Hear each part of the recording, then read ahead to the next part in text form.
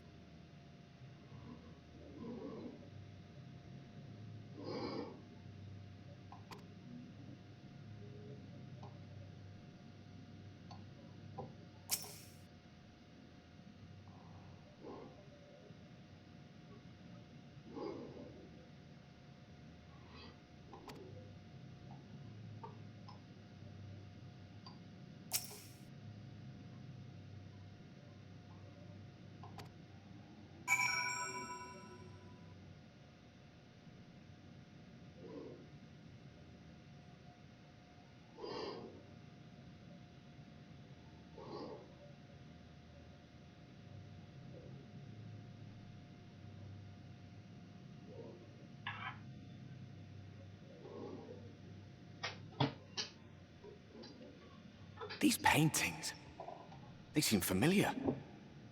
Depictions of heroes throughout history.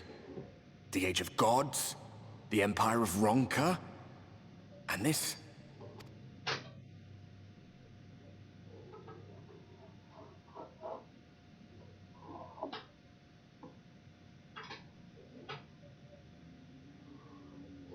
There was a man, a researcher who pored over these pieces. He offered us work when we needed it, slaying beasts, delivering provisions. A funny old bugger he was, but he had a good heart.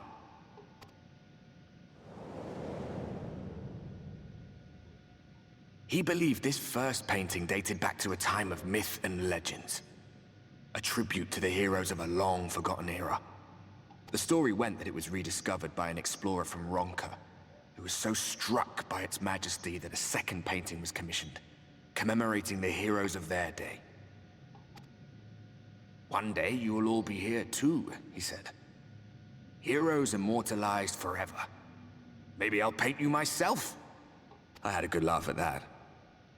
We were only trying to make our way after all. Being heroes couldn't have been further from our minds. But it seems he actually went and did it. Before or after the flood, I wonder.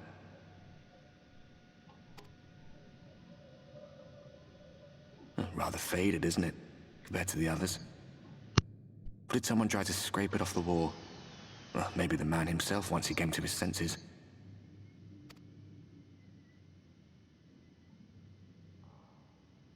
Do you suppose your deeds will warrant an addition to this collection? Or some other kind of monument?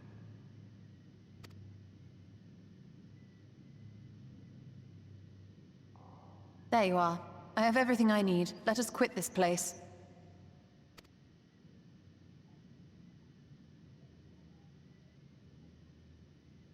Is something the matter? We should go. The others are waiting.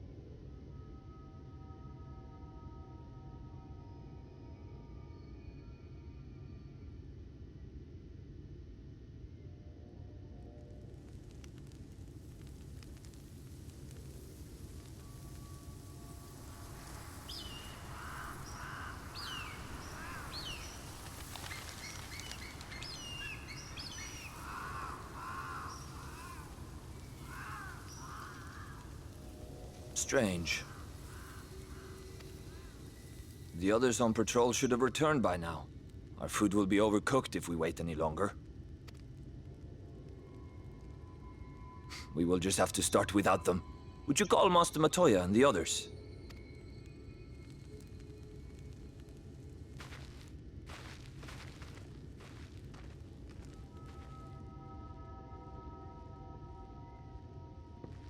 I tire of these games, Urianger.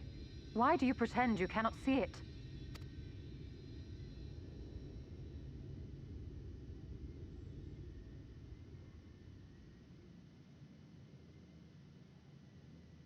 The blessing may spare him the fate of becoming a Light Warden.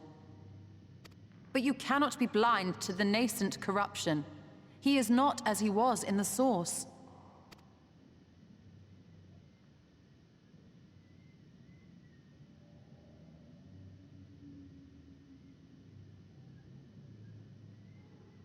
Though I have no proof, I fear that the light which poured forth from the Wardens was not negated at all. I fear it was absorbed, that he has been suffused with their light.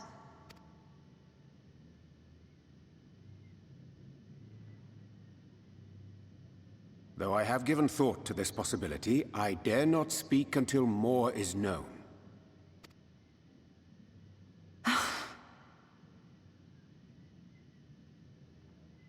By the time you deign to enlighten us, it may be too late, if it is not already. Urianger, I know full well, after all these years, that you have only the best of intentions. But that does not make it any easier to put my faith in a man so infatuated with secrecy. I have had my suspicions ever since the Exarch bade you speak that day. But now I must ask. The 8th Umbral Calamity and all that followed. Everything you claim to have seen. Did you?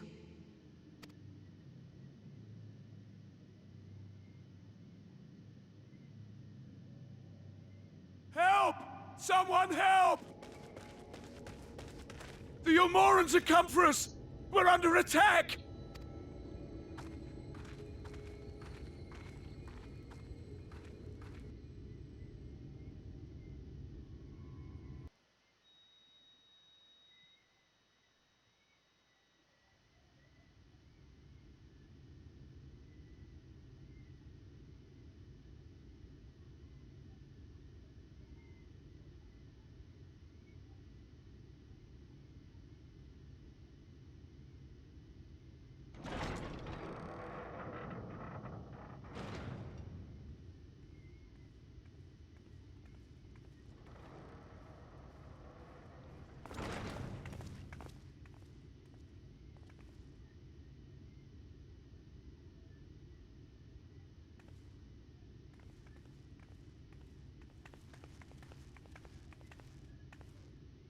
Lord Vorthry, how good it is to see you.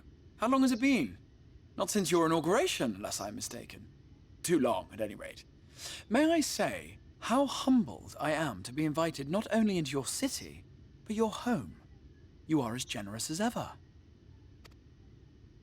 And you as disingenuous. Let us dispense with the pleasantries. This merry band of dissidents people are calling warriors of darkness. They have slain sin-eaters, and by all accounts the Crystarium is complicit in their villainy. And now I hear reports of your people obstructing my soldiers, so I must ask, what exactly do you think you are doing? I might ask you the same thing. It should be clear, even to you, that defeating the Light Wardens represents the world's only hope of survival. Even now, the people of Lakeland and Eulmore rejoice in the return of night. For 100 years, they yearned for a means to fight back against the Sin-Eaters, and at last they have found one. Yet you choose to stand idly by and do nothing. Why? Why? Because this hope you cling to is nothing more than a fever dream, an exercise in futility. Even should you slay the Sin-Eaters, the world as we know it is beyond salvation.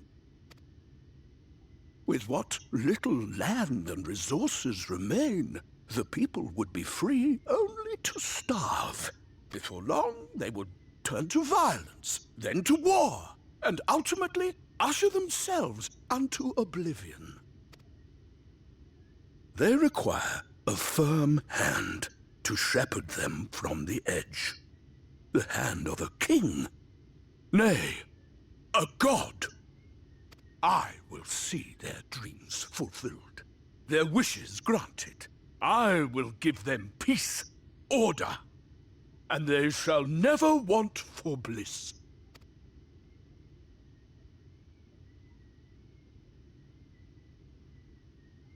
Men are fickle creatures who entertain vague ideals without the faintest notion what they cost. But a little fear can go a long way towards helping them realize what it is they truly need. Sanctuary. And they shall find none in this world save that which I afford them. That is why the Sin Eaters exist. To unite the world under my dominion. A paradise fit to grace the 8th Umbral Era. What was that? A minor epiphany, nothing more.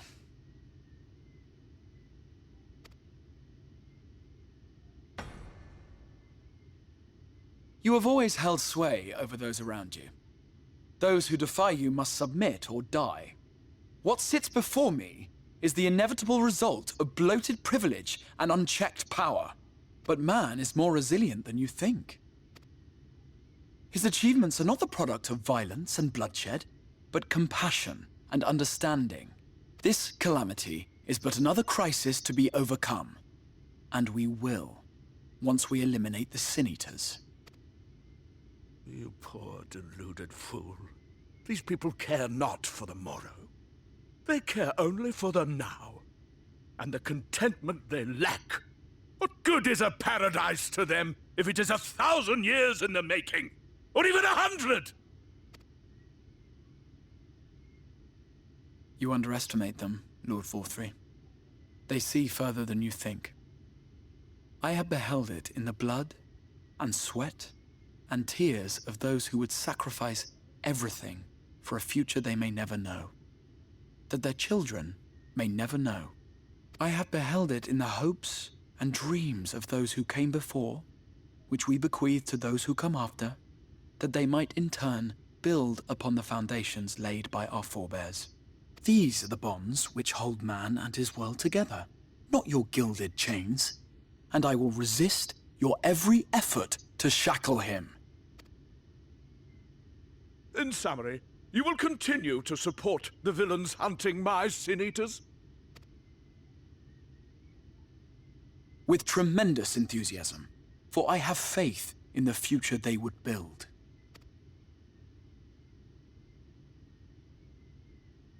Oh, why do I even bother? Fools, the lot of you! So naive! So painfully predictable! Did you imagine I did not know your mind? That I would wait until after this meeting to dispatch my forces? Even as we speak, they march to the Sin Eaters' defense. Insurrection will not be tolerated! The people of this world are mine to rule, mine to command. And you are no exception!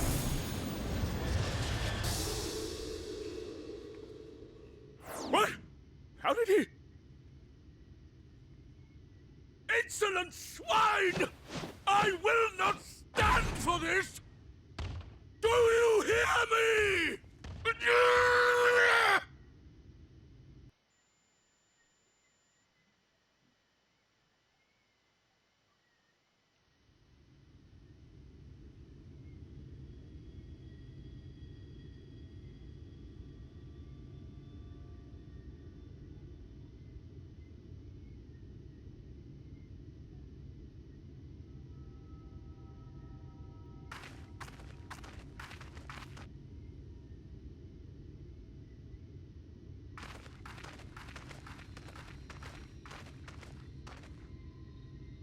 You speak for the Knights Blessed?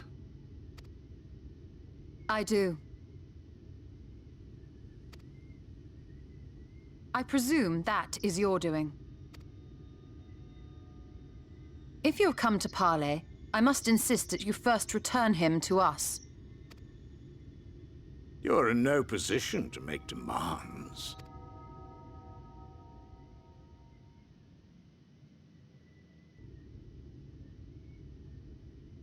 By Lord Vorthry's decree, Raktika now falls under the governance of Eulmore. You will henceforth answer to us. Is that so? And the children of the Everlasting Dark have acquiesced to this madness? We have reached an accord, yes. Too many times have the Knights Blessed shunned Eulmore's overtures of friendship. The risk that you harbor hostile intentions has grown too great to ignore. Therefore, his lordship has claimed dominion over this forest and bestowed executive authority upon the children of the Everlasting Dark. In his wisdom, Lord Vorthry has agreed to recognize ours as the only permissible expression of dark worship. It's one true faith. You and your false creed are a blight on these woods. A foul, unholy corruption that must be cleansed. Little wonder the Warrior of Darkness visits both Lakeland and Ilmeg, yet shuns Raktika. Your perverted teachings hold blessed shadow at bay.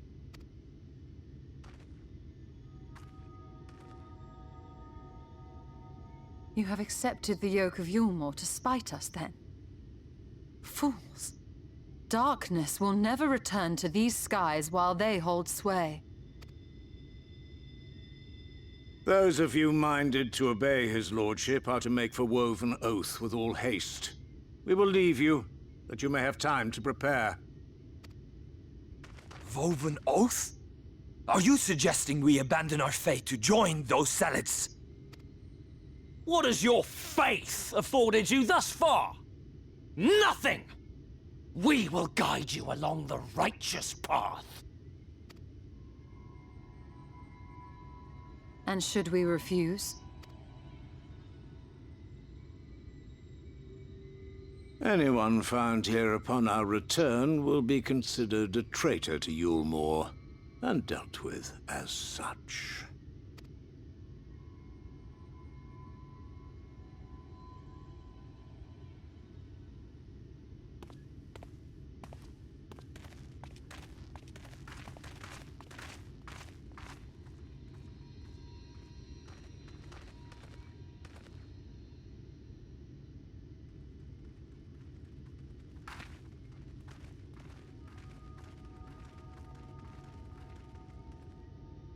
We will discuss these developments after I have tended to our casualty.